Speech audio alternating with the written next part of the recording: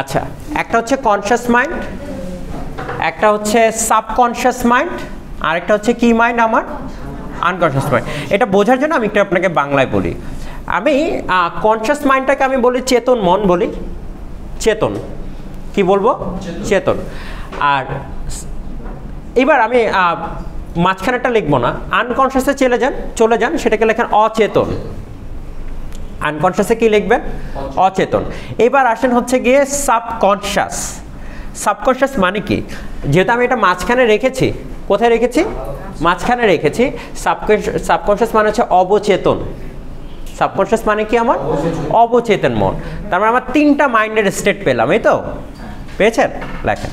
এবার আসেন যদি আমি তিনটা মাইন্ডের স্টেট পেয়ে যাই, এখন জানতে হবে যে কোন মানুষের মনটা হচ্ছে কিভাবে কাজ করে। এখন এই যে কনশাস মাইন্ড হচ্ছে কি, যেমন আপনি জেনে শুনে হচ্ছে কি এখানে ক্লাসে চলে আসছেন, কনশাসলি এসেছেন। কিভাবে এসেছেন কনশাসলি আপনি এসেছেন। আচ্ছা, আর সাবকনশাস হচ্ছে কি করে, সাবকনশাস হচ্ছে গিয়ে আপনাকে সব সময় হচ্ছে গিয়ে চিন্তার খোরাক দেয়, আপনাকে সবসময় চিন্তা করায় কোনটা ভালো কোনটা মন্দ। সাবকনশাস হচ্ছে কি আপনাকে সবসময় ডিলেমা সৃষ্টি করে। সাবকনশাস আপনাকে সবসময় বলে যে এটা করো, এটা করতে হবে। যেমন আমি আপনাকে বলি, নামাজে গিয়েছেন, কনশাসলি গিয়েছেন। কিভাবে গিয়েছেন কনশাসলি, আপনি মসজিদে কথা বলেন না, কনশাসলি আপনি কিভাবে গিয়েছেন মসজিদে গিয়েছেন। এখন নামাজের ভিতর দাঁড়িয়ে আপনার মনে হচ্ছে একটা বার্গার খাইতে হবে, কারণ রাস্তা দিয়ে যাওয়ার সময় আপনি দেখছেন যে বার্গার ভালো করে বের হয়ে একটা বার্গার খেতে হবে। হ্যাঁ, এখন এই যে আপনার কাছে সাবকনশাস মাইন্ড, এই যে চিন্তাটা আসছে না, এখন সাবকনশাস মাইন্ড বলতে বেটা থাপড়াও, এটা নামাজের সময় তুই এই চিন্তা করতেই পারোস না, বলতে তবা না নামাজ পড়ি। বুঝতে পেরেছেন? সাবকনশাস মাইন্ড আপনাকে কি করে, সবসময় হচ্ছে বাড়ির উপরে রাখে। সাবকনশাস আপনাকে এইটা করানো যাবে না, এইটা করা। Subconscious is something like good angel and the bad angels. Subconscious আপনাকে সাপোজ ধরেন আপনি হচ্ছে কি আজকে একটা ক্রাইম করতে যাচ্ছেন, রাইট? ক্রাইমটা আপনি কিভাবে করবেন, কনশাসলি তো ক্রাইমটা করবেন, কনশাসলি করবেন না। ধরেন আপনি একটা পকেট মারবেন আজকে, ধরেন এখন পকেট মারাটা কি ক্রাইম, এটাকে আপনি জানেন নাকি জানেন না? এটা তো কনশাসনেস, আমার চেতন মনে আমি জানি এটা ক্রাইম। এখন আপনি যখন ক্রাইমটা করতে যাচ্ছেন, আপনাকে বলে একটা মজার জিনিস আছে, সেটা হচ্ছে কি প্রথম জিনিস হচ্ছে কি আপনার বিবেক আপনাকে বলতেছে ভাইয়া তুমি যেটা করতে যাচ্ছ এটা বললাম ঝামেলা আছে, এটা বলে বললাম মায়ের হইতে পারে, গণপিটানি হইতে পারে, 2 পুলিশ নিয়ে যেতে পারে, 3 সারা জীবন হাজতে থাকতে হইতে পারে, 4 যারটা মারতে যেতেছে তার পকেটে যদি কিছু না থাকে। এখন এই যে সাবকনশাস মাইন্ড হচ্ছে কি আপনাকে যত ধরনের রেজাল্ট থাকে সে সব বলবে আপনাকে কি কি হতে পারে, কি কি খারাপ হতে পারে, ভালো হতে পারে। সো সাবকনশাস মাইন্ড ইজ আপনাকে সবসময় যে পুরো এক্স্যাক্ট পিকচারটা দিয়ে দেয়, সে কি করতে যাচ্ছে কি করতে যাচ্ছে না, ভালো মন্দ, সে সব কিছু আপনাকে সুন্দর করে বলবে, বুঝিয়ে বুঝিয়ে বলবে এটা হলে এটা হবে, এটা হবে। এবং ম্যাক্সিমাম কেসে subconscious is the state of mind, যেটা হচ্ছে সিগমন্ড ফ্রয়েড আবিষ্কার করে। সাবকনশাস হচ্ছে স্টেট অফ মাইন্ড যেখান থেকে হচ্ছে মানুষ হচ্ছে তার প্রত্যেকটা ভালো সিদ্ধান্ত নেয়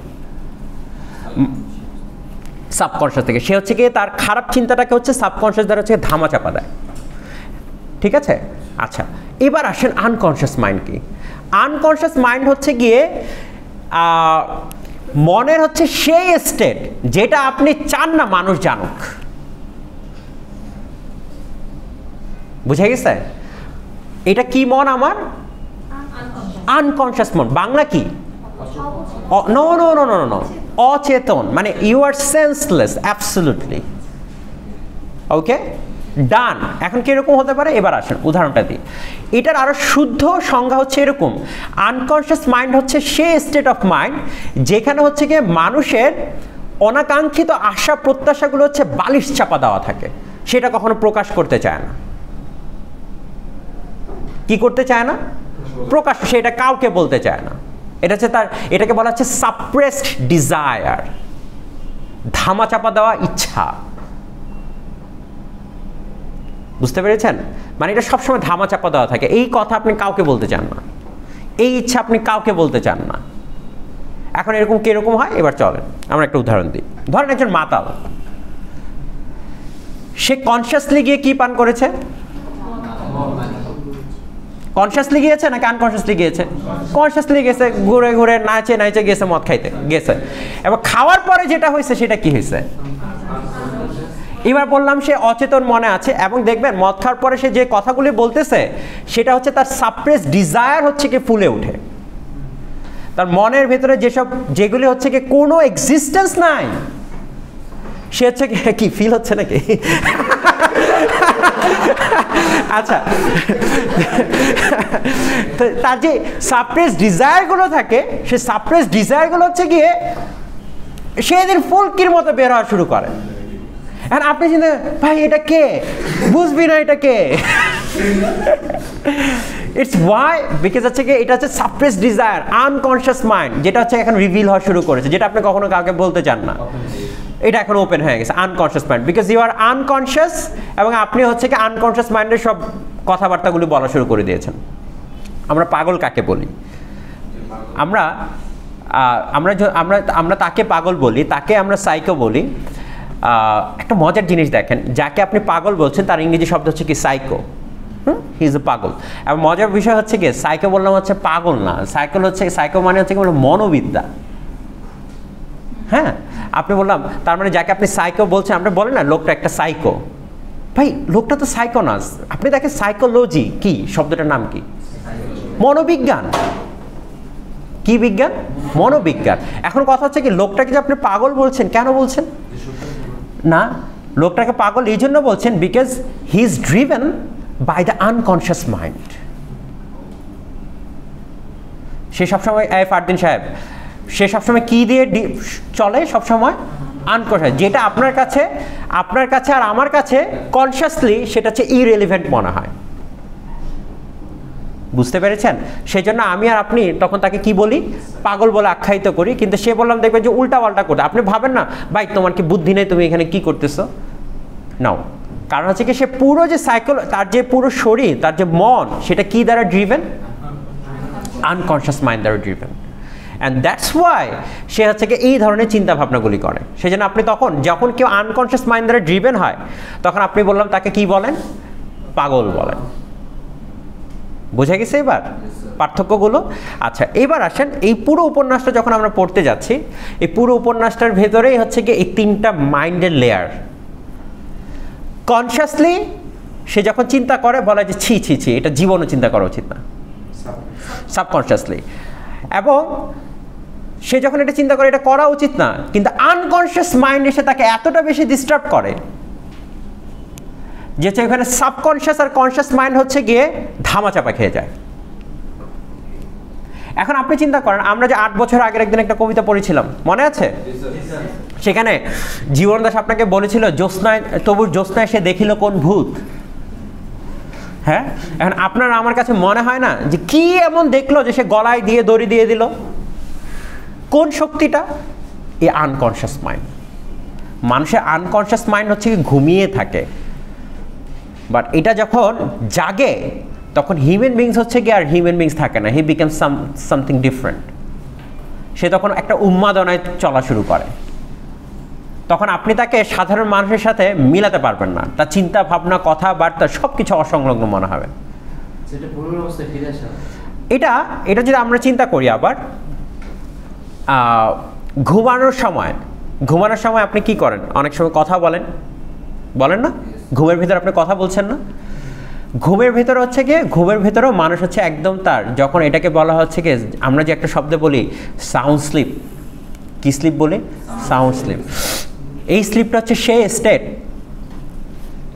স্টেজ যেখানে আপনি হচ্ছে গিয়ে আপনার পুরো বডি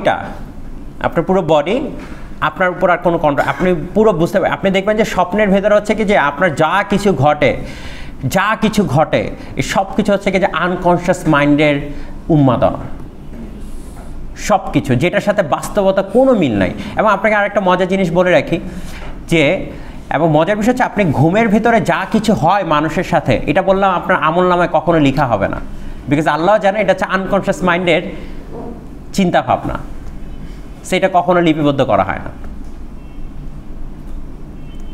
বুঝতে পেরেছেন নাকি বুঝেন নাই? এখন ইভেন আপনি যখন দেখবেন যখন কখনো কারো সাক্ষী নেওয়া হবে, সাক্ষী নেওয়ার ক্রাইটেরিয়া আছে।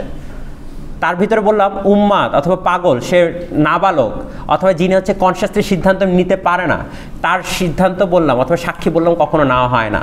কারণ কি? He is driven by the unconscious mind. নিজের, হ্যাঁ এক্স্যাক্টলি, কন্ট্রোল নেই। সো এই জিনিসগুলো যদি আমরা চিন্তা করি, এই পুরো এই যে তথ্যটা দিয়েছেন, যদিও এটা নিয়ে এখন অনেক কথা আছে। সিগমন্ড ফ্রয়েডের খুব বিখ্যাত বই দ্য ইন্টারপ্রিটেশন অফ ড্রিমস অর্থাৎ স্বপ্নের ব্যাখ্যা নামে, তিনি একজন সাইকিয়াট্রিস্ট ছিলেন। তার এই সিগমন্ড ফ্রয়েডের হচ্ছে কি যে আরও খুব অদ্ভুত মানুষের সাইকোলজি নিয়ে অদ্ভুত কিছু, সেটা আপনারা যেহেতু সাহিত্যের স্টুডেন্ট, সামনে আরও অদ্ভুত জিনিস জানতে পারবেন। তো সাহিত্যের মজাটা হচ্ছে এটাই যে হচ্ছে কি আপনি যখন সাহিত্য পড়তে যাচ্ছেন, আপনি বাই ডিফল্ট হচ্ছে কি আপনাকে এই অন্যান্য বিষয়গুলো চলে আসবে, আপনাকে আগে বুঝতে হবে, বুঝে হচ্ছে কি তারপরে এইটা আপনি হ্যাঁ। ইম্পালসিভ মানে হচ্ছে কি? ইম্পালসিভ তো হচ্ছে গিয়ে যার হচ্ছে গিয়ে তার চিন্তা শক্তির উপরে যার হচ্ছে কি কোনো কন্ট্রোল নাই, সে ইম্পালসিভ মানে হচ্ছে গিয়ে যে ইম্পালসিভ শব্দটা তো হচ্ছে গিয়ে যে আপনারা জেনজি হচ্ছে গিয়ে খুব নেগেটিভভাবে ব্যবহার করেন। Impulsive is a state of emotion মানে কি? সে হচ্ছে গিয়ে তাকে নিজে সংবরণ করতে পারে না, তার মনে যা আছে সেটা বলে ফেলছে, তাকে বলে ইম্পালসিভ। মানে তার পালসটাকে কন্ট্রোল রাখতে পারে না, এক্সাইটেড হয়ে যায়। বুঝা গেছে? এটাকে বলে ইম্পালস। বুঝা গেছে? তাও অনেকে বলা হচ্ছে ইম্পালসিভ থটস, মানে হচ্ছে কি যে স্যার বুঝে নাই, মানে আবেগে বইলে ফেলছে। এক্স্যাক্টলি, ওটাই বলছি যে সে বুঝতে পারছে না যে হচ্ছে গিয়ে যে আচ্ছা হ্যাঁ এটা ইম্পালসিভ না। আচ্ছা, সো এখন এই যে ইম্পালসিভের কথা বলছি আপনার, সো এইটার সাথে এটার কোনো কানেকশন নাই। ইম্পালসিভ ইজ হচ্ছে গিয়ে সামথিং লাইক যখন হচ্ছে কি আপনি বুঝেন না, আরও এটা সহজ ব্যাখ্যা হচ্ছে গিয়ে কোথায় আপনাকে কি করতে হবে সেটা আপনি না জানার, অলওয়েজ এক্সাইটেড হয়ে যায়, ইমোশনাল হয়ে যাওয়া, নিজের আবেগের উপর কন্ট্রোল না থাকা, হ্যাঁ সেটাকে ইম্পালসিভ বলে। সো এখন এই উপন্যাস পড়তেছে সিগমন্ড ফ্রয়েড, যার নাম বলেছি FREUD, সিগমন্ড ফ্রয়েড লিখে নিতে পারেন, কারণ এই ব্যক্তি আপনাকে অনেক ডিস্টার্ব করবে, পুরো 4 বছরই আপনাকে ডিস্টার্ব করবে।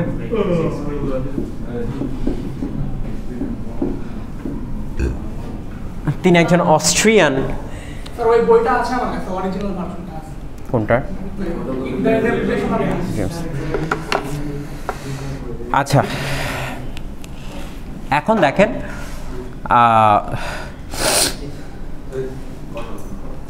আচ্ছা কার্ল মার্কসের একটা খুব বিখ্যাত কথা ছিল, সেটা সে বলতো যে এরকমভাবে, কার্ল মার্কস সে বলতে হচ্ছে মানুষ হচ্ছে কি সেই জন্তু, মানুষ হচ্ছে সেই জীব অথবা সেই যন্ত্র যে হচ্ছে কি সমাজ থেকে সে হচ্ছে সম্পূর্ণ আলাদা, সবসময় এলিয়েনেটেড।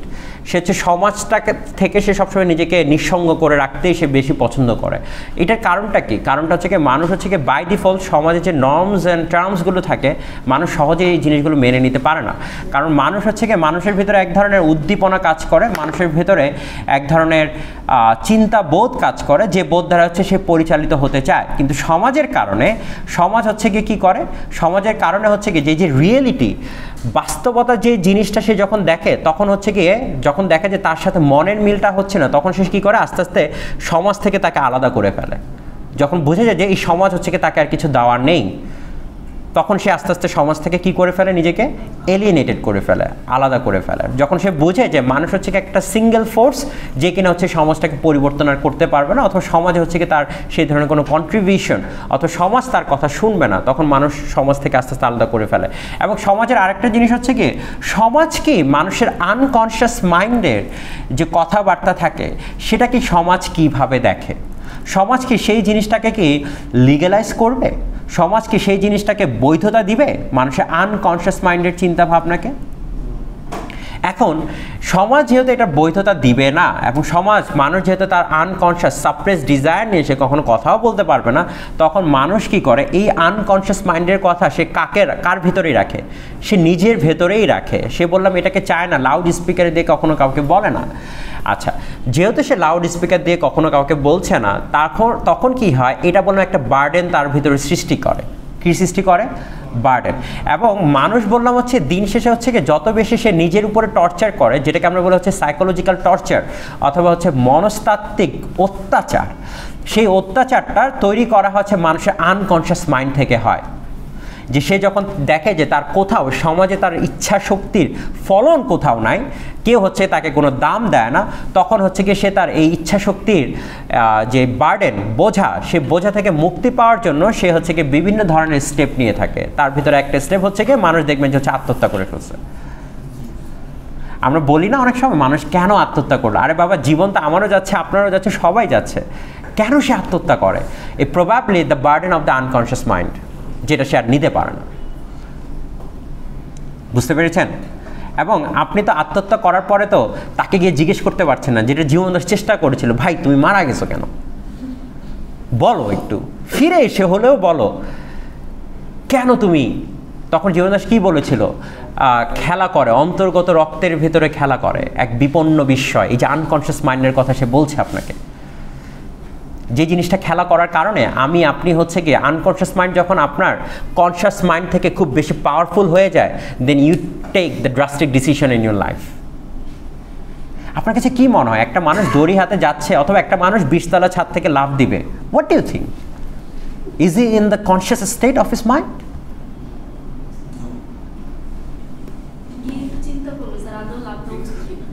যদি কনশিয়াস স্টেটে থাকে সে বললাম কি করবে, মানে look at the force someone needs actually, মানে কি পরিমাণ ফারদিন, কি পরিমাণ স্ট্রেংথ দরকার হয় যে সে 20 তলা থেকে লাফ দিবে। Look at the power of the unconscious mind. So এই পুরো উপন্যাসটা জুড়ে দেখবো যে আমরা এই আনকনশিয়াস মাইন্ডের একটা ছড়াছড়ি প্রত্যেকটা ক্যারেক্টার ভেতরে, যে আনকনশিয়াস মাইন্ড হচ্ছে কীভাবে মানুষকে ড্রিভেন করে এবং আনকনশিয়াস মাইন্ড থেকে মানুষ কীভাবে হচ্ছে ভুল সিদ্ধান্তগুলি নিয়ে ফেলে। বুঝতে পেরেছেন? আপনার আমার জীবনে যে ভুল সিদ্ধান্তগুলো হয় না, যে জিনিসগুলো থেকে আমি আর আপনি হচ্ছে যে খুব, সেটা হচ্ছে কি যে আমাদের প্রবাবলি এবং আনকনশিয়াস মাইন্ডের সাথে আরেকটা জিনিস যেটা হচ্ছে কি যে হয়তো বা সামনে আলোচনা করা যাবে। আমরা জানি যে মানুষের পার্সোনালিটির আবার এটাও আবার হচ্ছে কি দিয়েছে সিগমন্ড ফ্রয়েড দিয়েছে, মানুষের পার্সোনালিটির আবার 3টা লেয়ার আছে। কয়টা লেয়ার আছে? 3টা লেয়ার আছে। একটাকে বলা হচ্ছে ইগো, প্রথমটা হচ্ছে ইড, আইডি, ইড, তারপর হচ্ছে ইগো, আরেকটা হচ্ছে সুপার ইগো। বুঝতে পেরেছেন? একটা হচ্ছে আইডি, ইড, ইড বলে, এটা লাতিন ওয়ার্ড। তারপর হচ্ছে কি ইগো, তারপর একটা হচ্ছে কি সুপার ইগো। এবং এই 3টা জিনিসই বললাম, আমরা বলি না ডোন্ট হার্ট মাই ইগো, বলি না আমরা? হ্যাঁ, সেখান থেকে তো আমরা হচ্ছে কি যে এই পুরো জিনিসটার ভেতরেই শেষে যখন উপন্যাসটা শেষে যাব তখন আমরা দেখব যে শশীর যে সুপার ইগোয়েস্টিক যে মেন্টালিটিটা ছিল, সেই ইগোয়েস্টিকটা সে কীভাবে দাফন হলো, মানে ইগোটাকে কীভাবে হচ্ছে কি শোষণ করা হচ্ছে, ইগোটাকে কীভাবে দাফিত করা হচ্ছে, সেই জিনিসটা আমরা দেখব হচ্ছে কি শেষ পর্যায়ে এসে। তার মানে এই পুরো উপন্যাসের ভেতরে আমরা একটু অপোজিট পেজে চলে যাই, দয়া করে একটু লিখে নেন, যেহেতু আমরা নেক্সট ক্লাসে শুরু করব, সময় খুবই কম আমাদের। আপনাদের মার্চের 7 তারিখ থেকে পরীক্ষা, সো সময় খুবই কম। I think semester final probably মার্চের 1 তারিখ থেকে, 27 তারিখ থেকে। আচ্ছা আচ্ছা, ফেব্রুয়ারি 27, আচ্ছা 28 তো ফেব্রুয়ারি না আমাদেরটা, এবার ফেব্রুয়ারি 27 তারিখে হতে পারে, 28 অথবা যে কোনো একটা হবে। আর হচ্ছে কি আপনার আগে বলে রাখি, সবে বরাত হচ্ছে 15ই ফেব্রুয়ারি, তো ভ্যালেন্টাইন্স ডে পালন করার পরে তওবা করার জন্য ওই রাত। তো বি কেয়ারফুল, আপনাদের জন্য অশনির সংকেত। হ্যাঁ, আচ্ছা যাই হোক, আমরা একটু লিখে রাখি। প্রথম যে একটু লিখবো, আমি লিখছি না, আশা করি আপনারা লিখতে পারবেন, স্মার্ট ইনাফ বিশ্বাস করছি। প্রথমে আমরা লিখবো হচ্ছে গিয়ে, সবার আগে লিখবো হচ্ছে গিয়ে শশী। এক সাইডে শশী লিখবেন, এক সাইডে 2টা কলাম বানান। হ্যাঁ, 2টা কলাম, এক সাইডে লেখেন শশী, আরেক পাশে লেখেন হচ্ছে গিয়ে কুসুম। শশী, শশী তালব্য স দিয়ে লেখেন। শশী লিখেছেন?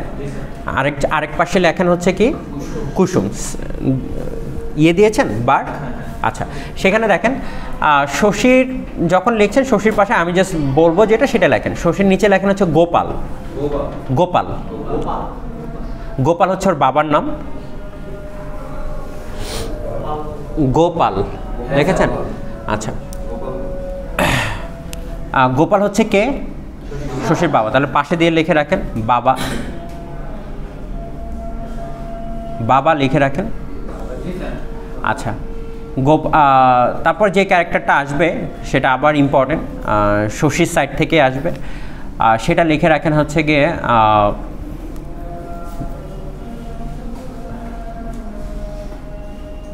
সেটাকে লেখেন হচ্ছে গিয়ে সেন দিদি, সেন দিদি।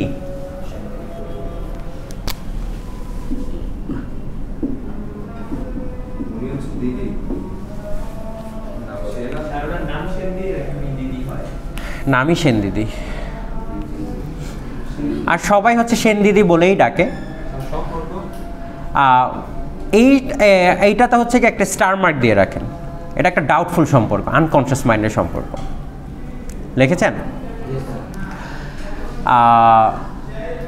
তারপর লেখেন হচ্ছে গিয়ে কুসুমের পাশে চলে আসেন, কুসুমের পাশে এসে লেখেন কুসুমের বাবার নামটা, ঠিক আছে ওইটা লাগবে না, আপনি লেখেন কুসুমের যে হাজব্যান্ড, তার হাজব্যান্ডের নাম হচ্ছে গিয়ে পরাণ, পরাণ, পরাণ, পরাণ, পরাণ, মূর্ধন্য।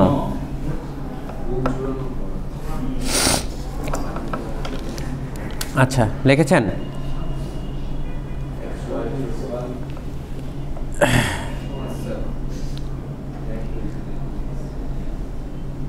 আচ্ছা,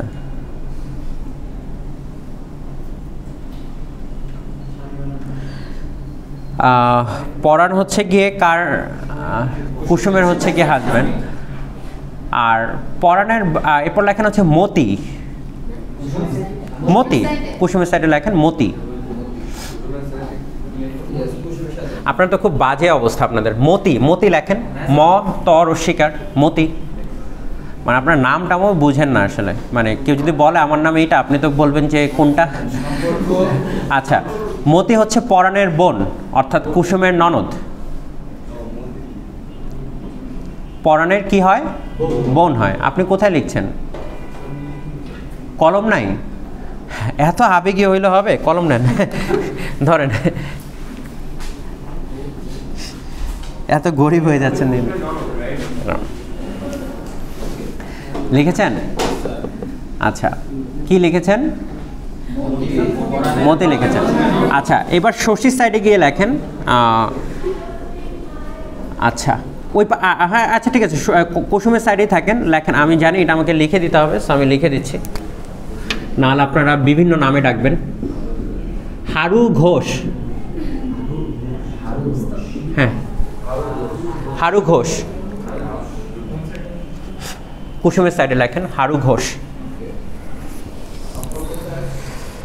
সম্পর্ক তো বদলে গেছে। আচ্ছা, হ্যাঁ না না না, হারু ঘোষ হচ্ছে গিয়ে পরাণের বাবা, পরাণের বাবা, মতির বাবা, কুসুমের শ্বশুর। এই তো ভালো বুঝেন আপনারা। তাহলে কুসুমের কি হবে? হারু ঘোষ শ্বশুর। গুড। আচ্ছা, এগুলি মেয়েরা ভালো বুঝবে, আপনি দেখবেন যে ওরা ভুল করে না, এটাতে আপনারা অনেক ভুল করতেছেন। এটাই তো জানেন আপনার। আচ্ছা, লিখেছেন? চরিত্র না বুঝলে ভালো করে বুঝতে পারবেন না। হারু ঘোষ লিখেছেন?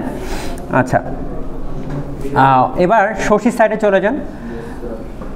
শশীর সাইডে গিয়ে লেখেন হচ্ছে গিয়ে কুমুদ, ক রস্যকার, ম রস্যকার, দ।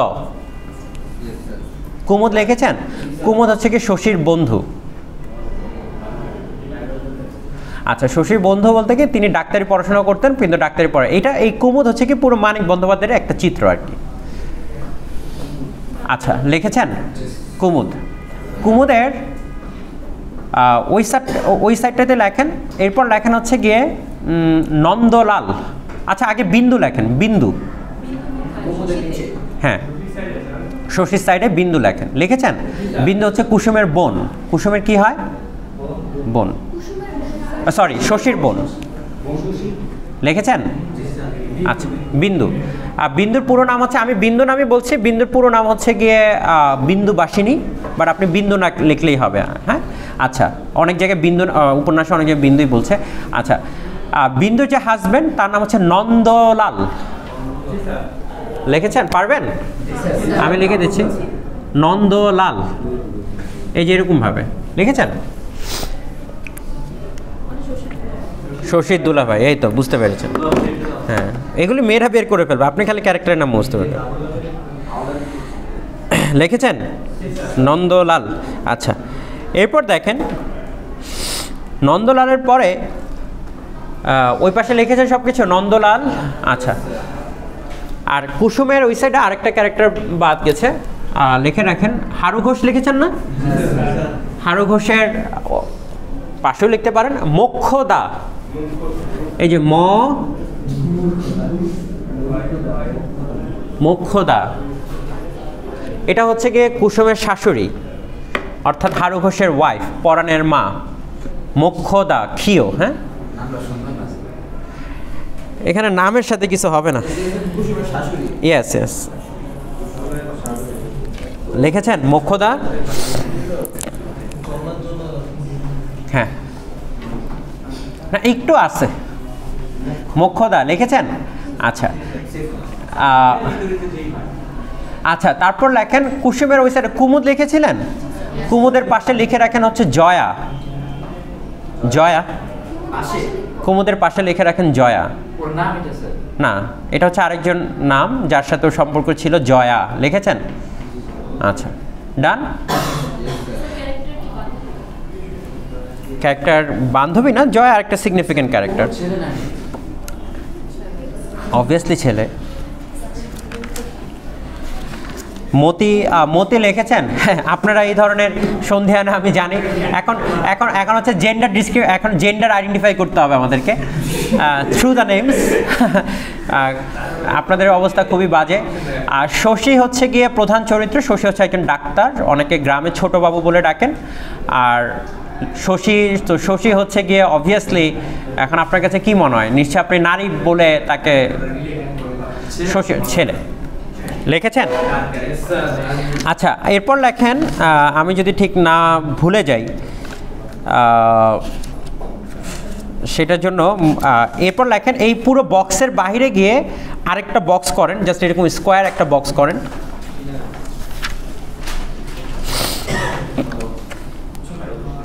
স্কোয়ার বক্স করেছেন। এই ক্যারেক্টারগুলোর সাথে কোনো সম্পর্ক নেই, but they have some role in the novel. প্রথম নাম লেখেন, যেটা আসবে পরীক্ষা আসতে, যাদব পণ্ডিত। হ্যাঁ, যাদব পণ্ডিত লিখেছেন?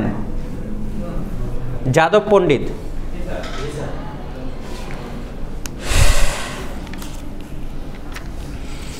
তারপর লেখেন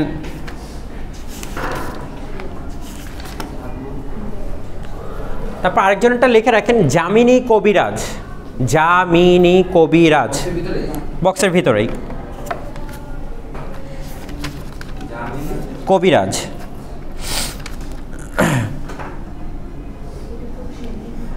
এটার সাথে এগুলির সাথে কোনো কানেকশন নাই কারো, but these are also important. আরেকটা লেখেন হচ্ছে গোবর্ধন। সেনদিদির সাথে যে কার কানেকশন আছে এটা পরে বুঝবেন, আপাতত লিখে রাখেন গোবর্ধন। এটা আপনার মনের চিন্তা। গোবর্ধন লিখেছেন? গোবর্ধন হচ্ছে একজন মাঝি। আমি জাস্ট ক্যারেক্টারগুলোর নাম বলছি যেগুলোর সাথে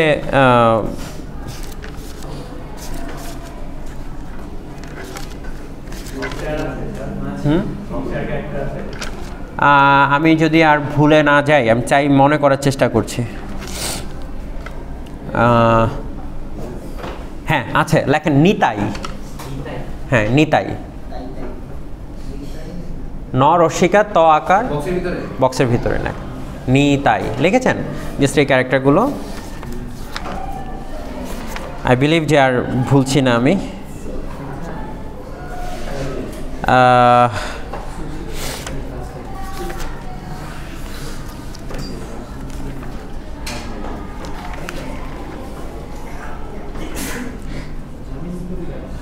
আচ্ছা আমি একটা জায়গায় আমি দুইটা ইয়ে করেছি। আচ্ছা শশীর বক্সে চলে যান।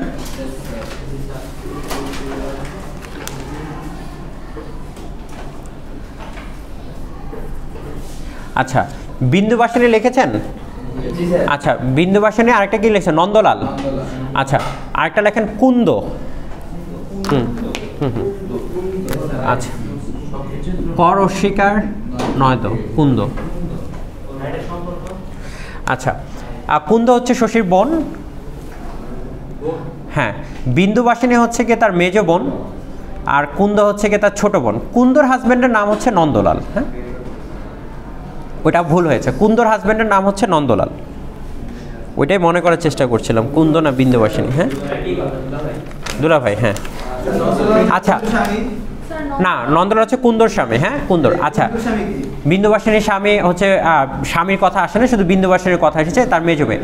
আচ্ছা ছোট বোন। আচ্ছা এখন আসেন, এইটার গল্পটা খুব ইন্টারেস্টিং। গ্রামে একদিন নন্দলাল হচ্ছে একজন ব্যবসায়ী। নন্দলাল কথা বলে না, ব্যবসায়ী হচ্ছে সে একদিন যাত্রা দেখতে আসছিল।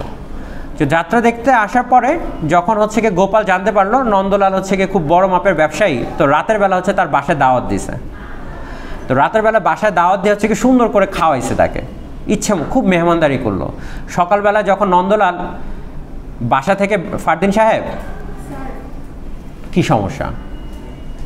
কি সমস্যা স্বামী? আচ্ছা নন্দলাল যখন হচ্ছে গিয়ে গোপাল হচ্ছে গিয়ে তাকে বাসা রাতের বেলা খুব সুন্দর করে আপ্যায়ন করলো। সকালবেলা যখন নন্দলাল বাসা থেকে বের হবে, চারপাশে দেখে মানুষ হচ্ছে লাঠি নিয়ে দাঁড়ায় আছে। এখন বাইরে যান না। নন্দলাল হচ্ছে কি করলো, চারপাশে হচ্ছে লাঠি নিয়ে হচ্ছে দাঁড়ায় আছে নন্দলালের চারপাশে। এখন নন্দলাল তো খুব ভয় পেয়ে গেল, কেন লাঠি নিয়ে দাঁড়ায় আছে। তখন গোপাল বললো আমার মেয়েকে বিয়ে করো, নাহলে মায়ের একটাও মাটির নিচে পড়বে না। তো এইভাবে হচ্ছে গিয়ে কুন্দকে হচ্ছে বিয়ে দেওয়া হয় কার সাথে? নন্দলালের সাথে। সেজন্য নন্দলাল সবসময়, না ওটা ভুল আছে, পরবর্তীতে ওই লেখাটাই ভুল আছে, ওই ইন্ট্রোডাকশনের লেখাটাই ভুল আছে। তখন নন্দলাল বলে, সারা জীবন হচ্ছে এইটাই বলে কুন্দকে, সে বলে তুমি হচ্ছে আমার ঘচিয়ে দেওয়াবো, মানে জোর করে ঘচায় দেওয়াবো। আমি কখনো বিয়ে করতে চাইনি, আমাকে প্রাণ রক্ষার ভয়ে তোমাকে আমার বিয়ে করতে হয়েছে। তো এই কুন্দ যখন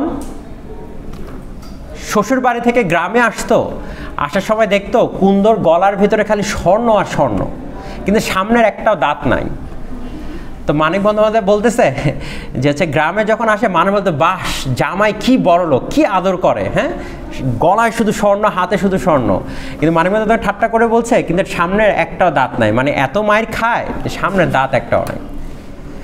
বুঝতে পেরেছেন? তো এখানে একটা স্যাটার করেছে মানিক বন্দ্যোপাধ্যায়।